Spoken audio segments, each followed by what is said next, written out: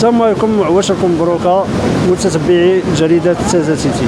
كما كتشاهدوا اليوم كتواجدوا منطقه راس الماء، بالضبط في قلب منبع راس الماء. غادي قلنا علاش لا تشاركوا معنا هذه الجوله هذه، او نشاركوا معكم هذه الجوله هذه. خليكم معنا نتمتعوا بهذه المناظر الجميله والرائعه لمنطقه راس الماء.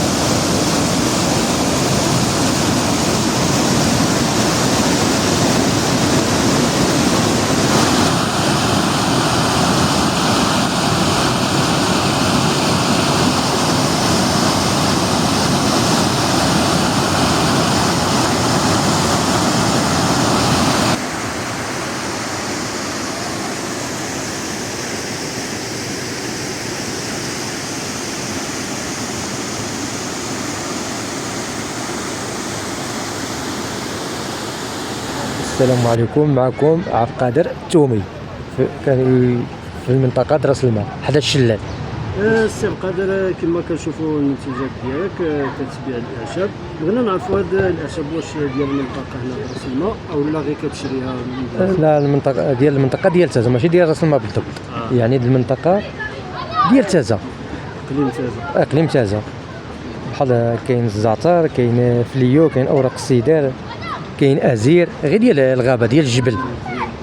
بالنسبه للاقبال دابا وحنا في شهر رمضان، كما كتعرف، واش نفس الاقبال اللي كيكون في الايام العاديه اولا كاين شويه ناقص او زايد؟ لا، بحال دابا مزيان، القضيه مزيانه كل نهار ورزقوا، ولكن بحال هكا ملي كتكون العطل ولا هيدا كتكون القضيه مزيانه، كتكون ميسره. بحال دابا ملي ما كتكونش العطله شويه، حيت الناس ما كتكونش القضيه عامره. بالطبع. بالنسبه للاثمنه ديال هاد الشاب اللي كتبيع، اثمنه شويه متناول زعما؟ كاين 5 دراهم، اللي بغات 3 دراهم، مثلا على حسب كل. يعني على ما كاينش شي ثمن محدد، يعني على حسب الكليان، على حسب الكليان شحال ما بغا، 2 دراهم 3 دراهم اللي بغا. داكشي علاش ما بغا كيديه 2 دراهم 3 دراهم، داكشي اللي بغا.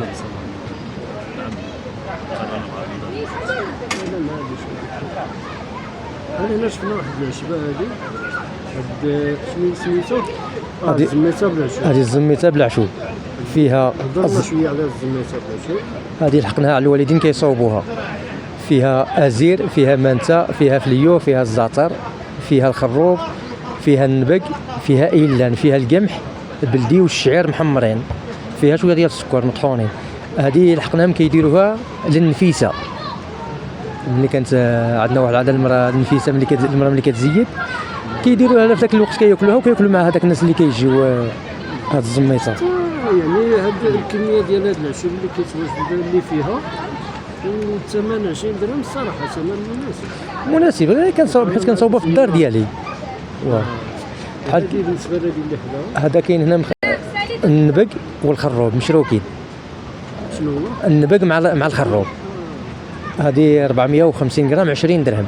هي 20 درهم. 20 درهم. توفيق الله، تبارك الله. الله يبارك. نتمنى لكم التوفيق وشكرا بزاف. الله.